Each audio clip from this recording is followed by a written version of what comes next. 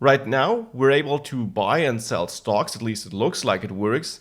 But now let's also add our funds. Let's display how much funds we have and let's see if they get updated correctly. Once we implemented the funds, we also want to make sure that we're not able to buy more than we can afford and so on. So this is what I'll work on next. Let's start by displaying funds. Where do we display funds? Well, for one, on the homepage, which generally is not really in the state I wanted to have. So let's quickly work on this. Let's wrap it in a div, add a h1 tag where we say trade or view your portfolio to kind of describe what you're able to do. Then h6, you may save and load your data.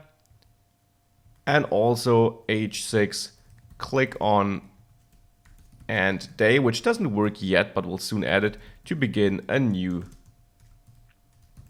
day, like that. All nice, but now we also want to display the funds. So here we have a paragraph which says, your funds, and then we want to output our funds like this. Now we clearly don't have access to them yet, so let me add a new script part here where I now export a default object, and in there I will simply set up a computed property or a discomputed property, and I'll name it funds. I could use map getters again, but since I'm only interested in one getter, I'll access my store like this, my getters there, and then the funds to get my funds. Now we should be able to see this if we visit the homepage. We see funds 10,000. Now let's see if this updates. If I buy 10 times BMW, it's less, and if I now sell it 10 times, we're back to 10,000. So this indeed seems to work. Now with that in place, let's also display it in the header, and let's make sure that I check my funds when buying stocks as well as my quantity when selling them. So let's start by adding funds to the header. And here I simply want to display them, let's say here after my two links before the dropdown.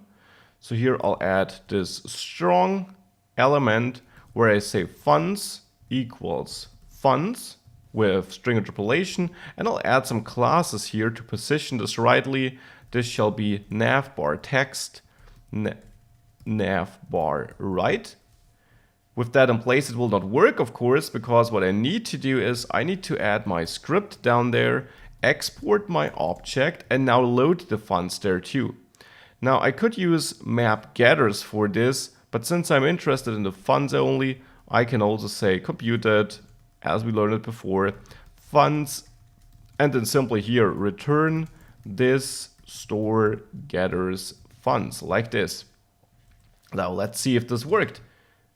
Looks good. We get the funds on the very right just because of these styles we added to this strong element. That is why it's positioned over there. And we can of course see that these funds also update as soon as we try to do some things. Now I sold more than I had, as you saw, so that's something we'll work on in the next video. And again, challenge for you, try solving this issue. Try to make sure that we're not able to buy more than we can afford, like so, or sell more than we have, like so. So that is what we should work on next. Try to fix it on your own first though.